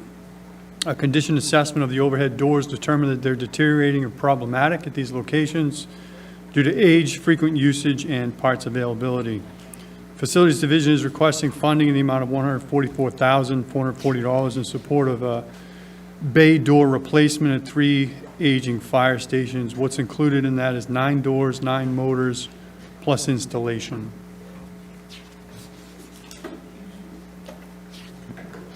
Are there any questions regarding that piece of this article from the committee, either here or online? Not seeing any? Oh, no, Mr. Weber. Yeah, just Sorry. a quick question. What stations are these? And Kyle, not all of us know if Station 6 is, what's the location of the stations where the 9 doors are going? Station 1 is headquarters. Station 3 is Pine Hills, and Station 6 is EOC down in Manomet. Cedarville, excuse me. Thank you. You're welcome. What was the total funding number on that again? I'm sorry. 144,440. $144,444. A lot of fours. That's why I got confused with what I was writing there. All right. Okay. Thank you very much. Yeah, I inflated your number a lot. Okay. Are there any further questions within the room? All right. No, not seeing any regarding the fire department. Thank you. Thank you for that. Are you going to speak to the HVAC and the visitor center as well? Excuse me, our A7 has been withdrawn. Oh, that's right. Yeah. I knew one of them was withdrawn. Okay. Yeah, just 8 and 9. Okay. Thank you. Okay. So A9 is a request for a visitor, to support a visitor center expansion. Total project cost is estimated at $608,000. Facilities Division is requesting $378,518 to support the project. The Visitor Center, built in 1992 at just 836 square feet, would benefit from an expansion to allow more room at the front while allowing access to the public restrooms through an exterior door. The current configuration, visitors needing the restroom have to pass through the front lobby, which disrupts the flow of information seekers and overcrowds the space. There is a grant request in through the Mass Office of Travel and Tourism. The request was for $200,000, which would be added to the existing funds. The existing funds total approximately $230,000, previously secured by the President and CEO of Plymouth. This request would be reduced by the amount received through Mott if Mott sees fit to grant Plymouth any amount of the request. So Facilities Division is requesting funding support in the amount of $378,518 for the renovations, including expansion to the Visitor Center. So there's kind of two pieces to the project there. Is that what I'm hearing? There's an expansion towards the front of the Visitor Center, and no one probably knows this, but before it was C Plymouth, it was Destination Plymouth, and I was the manager of that little visitor center. So okay, very familiar with it then, I'm sure. I'm definitely dating myself, though, as far as how I had long hair. I had hair, yeah, thank you very much, wrestling. But there's the expansion piece, but then there's also, it was access to bathrooms from the exterior, is that what it is, or is it? Yes, Yeah, yes. This would include access to the restrooms by an exterior door, through a separate door, so they wouldn't have to come through the lobby. Right. In the front of the building. There could be a side door for access to the restrooms. So if I remember, I haven't been in the building in a while, but if I remember correctly, are we talking 2 access doors then? Because aren't they on either side as you go into the building? They would be on one side, access would be built on one side and To access both? Yes. Okay, all right. And Yes, go ahead. so I'm assuming it'll be ADA? Yes, sir. And also, I want to ask Matt a question. I believe, wasn't it built by students from one of the classes at the schools? Well, that would have preceded me, so there you go. Okay. I'm not as old as you think. But, I mean, because we do with the South High School, we have the really good classes down there. Anyway. I think it may have been, but I don't even know that. I was probably a voting age by that point, I guess. Anyway, Mr. Costello, did you have your hand up? Yeah, just a couple of quick questions. 2 questions on the A9, quickly. The Select Board, just for clarity, the Select Board, did they approve only the 178, the money minus the grant? Has that changed, or are you looking to get 378 tonight? Mr. Murphy. Oh, okay. Derek Bernizzi, Town Manager. Great question. So when the Select Board heard this article, they only voted to support the $178,000. They believe that the Mark grant coupled with the VSB dollars should be the lion's share of the cost of this project, and therefore only agreed to support 178. However, FinCom did, in their deliberations, support the full request of 378. So I would say that, I haven't talked to the board fully yet on this, but I would imagine that they would make a motion on the floor to encourage town meeting to support the 178 only. 178, okay, thank you very much Does that for answer your clarity. question? You have a follow-up? Quickly, just one, and I apologize, it's probably on me. I haven't seen a set of plans. Does this expansion impact any parking spaces? No, it does not impact any parking spaces. We had 4 different concept designs, no stamped drawings or anything. We had 4 concept designs, and we selected one that wouldn't impact, moving towards the street or any of the parking as well. So all 4, none of them impact any spots? We're not going to lose any spots in the Memorial Hall parking lot or on the street? No. Okay, very good. And then, just quickly, as a matter of housekeeping, if you can, why would the HVAC A7 be pulled? Does the police station not need it? Has it been repaired? It was contingency. It was contingency for the HVAC project at the police station in progress. We don't need it. We have a specific percentage to cover any contingency costs for that project in progress. Okay, very good. Thank you. Okay. Thank you for the clarification on that, because sometimes we do get, our constituents do ask us, well, why did that disappear? So, out of the warrant, so thank you very much. Are there any further questions regarding either A8 or A9? Yep. One quick clarification again, Mr. Anderson. Headquarters for the overhead doors, Cedarville, and I missed the other one. Pine Hills. Pine Hills, thank you. Station 3. Yep. Not seeing any questions online or within the room. Thank you very much. I appreciate it.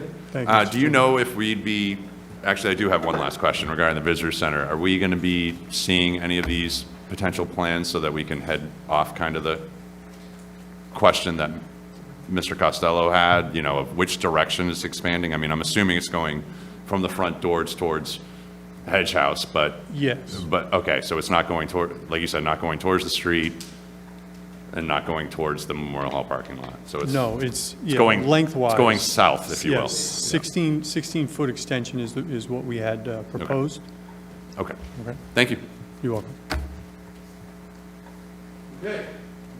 Thank you very much. Now we just have Article 9 left on our articles here, since we took Article 10 earlier in the evening.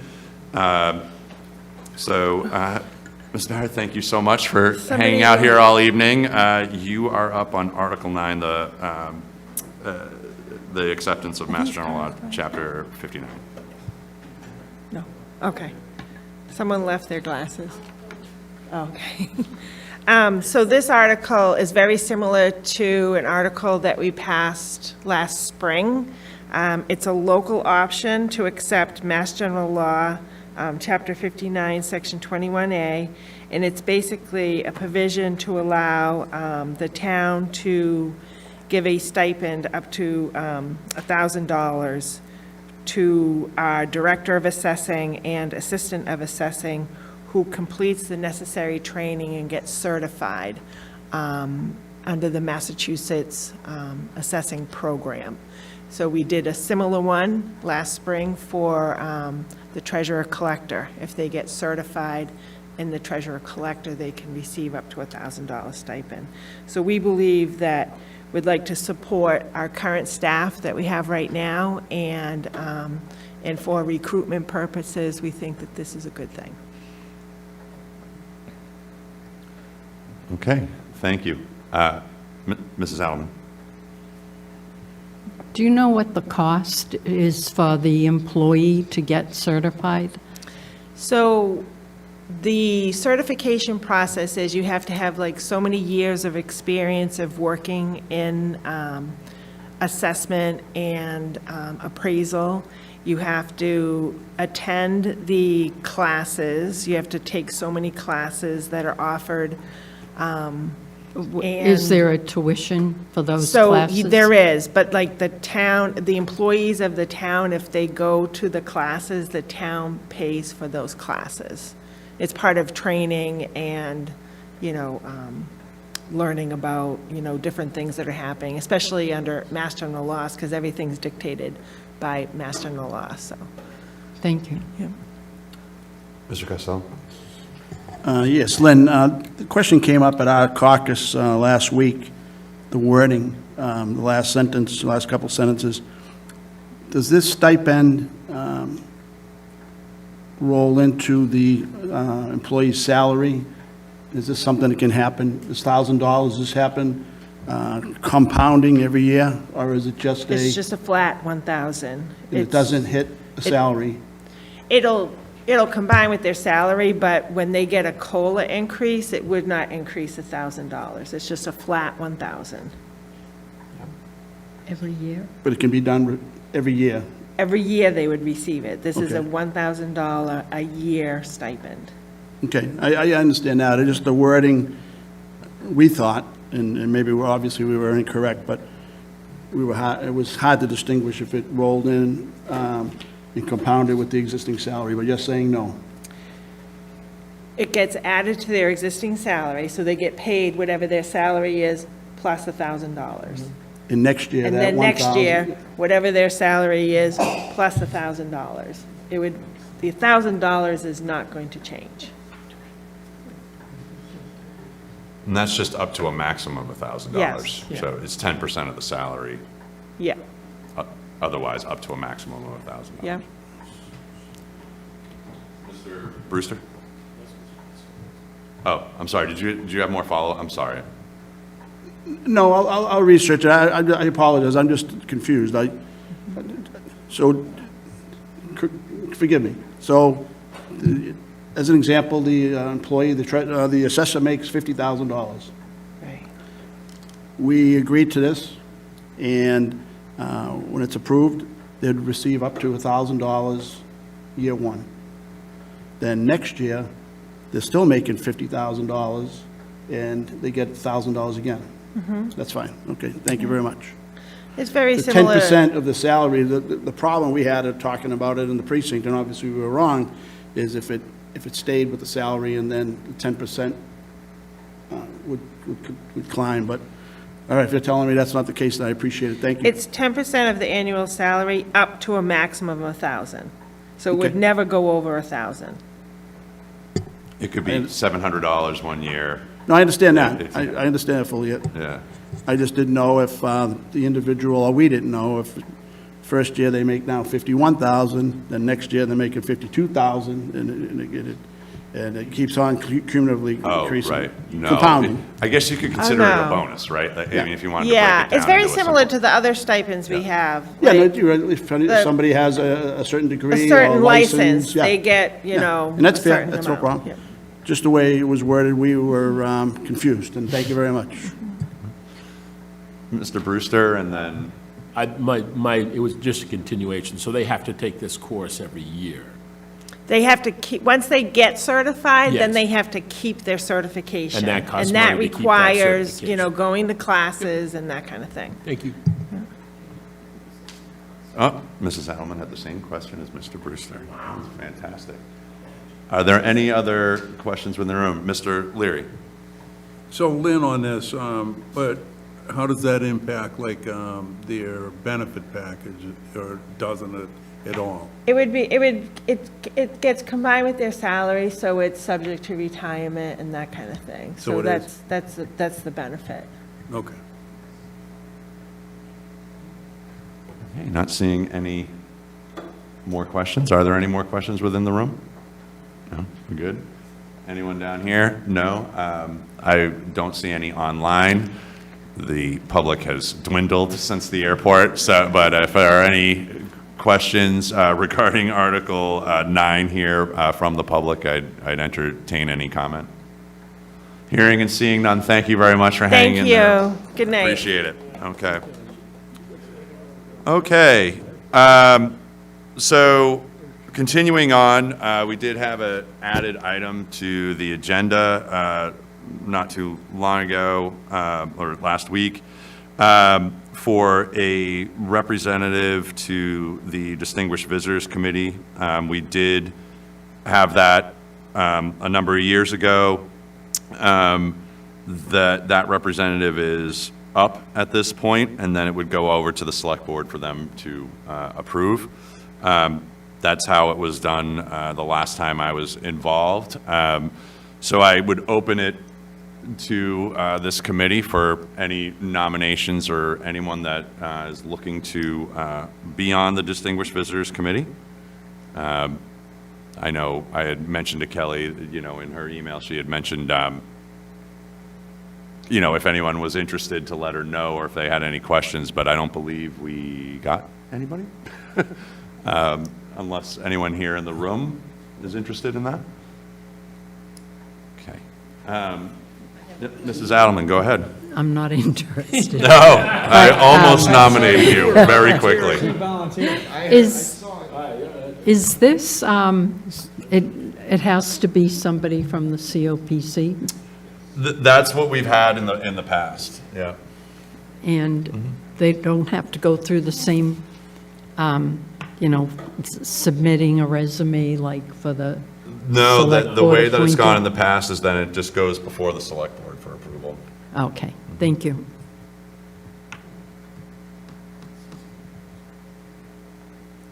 Well, I'd be willing to stay on if that's, I have been there for a few years, but I was opening it up to see if anyone else might be interested, for sure. So if it's the choice of the board, if we could get a motion and. So move. Okay. I'm assuming you're motioning for myself to remain on the DVC, seconded by Mr. Brewster. It is a vote. We do have people online. I do need to call for the roll. I see we had some members join us also a little bit late, but they are here online. So we'll do the roll. So Precinct 1. Approve, yes. Precinct 2. Abstain. Precinct 3. Approve. Precinct 4. Approve. Precinct 5. Approve. Precinct 6. Approve. Precinct 7. Approve. Precinct 8. Approve. Precinct 9. Approve. Precinct 10. Precinct 10, yes. Precinct 11. Absent. Precinct 12. Approved, and thank you, Matt. Precinct 13. Yes. Precinct 14. Yes. Precinct 15. Oh, yeah. Precinct 16. Yes, and thank you. Precinct 17. Yes. And Precinct 18. Approve. Okay. All right, well, thank you very much. I appreciate that. I will let the select board know and get that piece moving. Okay. The next part, we've kind of, these will be broken out on the next couple agendas, but any old business? Hearing and seeing none. Any new business for the COPC? I have some. Yep. Mr. Weber, and then I have something myself. So Yeah, go just ahead. based on a comment you made earlier this evening, Mr. Chairman, and it's not a comment that you alone have made. Through the years, other chairs have made those comments, and I've commented on it every time those comments made to town department heads that are here tonight to present their articles, and that chairs and others want to accommodate those people before others so that they can get on with their lives. The comments I've always made is that our department heads are salaried employees, and their salaries are determined by not a set hourly commitment. It's basically said, hours as needed is compensation package, is what your compensation package is. So when they're here, they're being compensated. I just didn't want any confusion to say that they're here on their own time. They're not. They're here because their job requires them to be here. And they're actually looking for something from the taxpayers. So whatever the time is that they spend here is part of their job. That's all I wanted to say. Understood. Thank you. Other new business, I was approached by the League of Women Voters to have you go back to your precincts and gauge interest. They're looking to put together, get out the vote signs that could be distributed to the chairs to help distribute across the various 18 precincts. They are going to be paying for those signs themselves. They're just looking to see what type of interest there may be within each precinct. So I would kind of task you all to, while you're doing your caucuses, either informally or formally, just talk about that and see if there's any interest. They would be like those lawn signs that you see for elections, and right before elections, to help put those signs out to hopefully help increase voter awareness of elections coming up. So if you could go back to, I guess my ask here is if you could go back to your precincts, see, if it's 2 people or 20 that are interested, if you could just kind of let myself know, I'll pass that information along to the League of Women Voters. I don't believe, we're very busy right now. I don't believe they need an answer. I think they'd probably be looking to start maybe printing those in like January. But while you're having caucuses, it's a good time to have maybe that informal conversation with everyone. So there's that. Is there any other new business?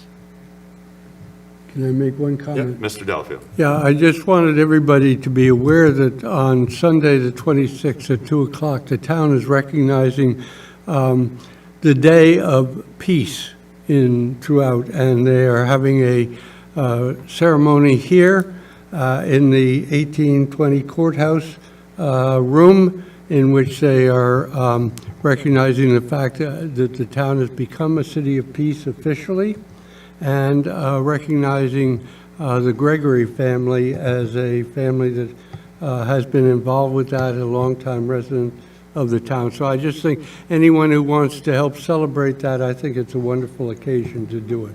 That's 2 o'clock on Sunday, the 26th. First, sorry.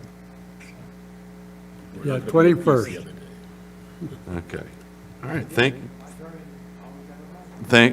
Poppy. Thank you. Is there any other new business for the CPC? Mr. Costello? Just quickly, because I know the meeting's running long. That's okay. If I had an agenda suggestion, I can do that offline with you directly. Okay, sure, yeah. I take them online and offline, so yeah. I don't want to prolong this evening. No, that's okay. All right, thank you very much. No, not a problem. We'll speak after. Any public comment? I know we've had a lot of it this evening, but this is a general public comment. Okay. If not, I'd entertain a motion to adjourn. Motion to adjourn. Mr. Brewster, seconded by Mr. Beautrain. All right, thank you very much. This meeting's adjourned 9:05.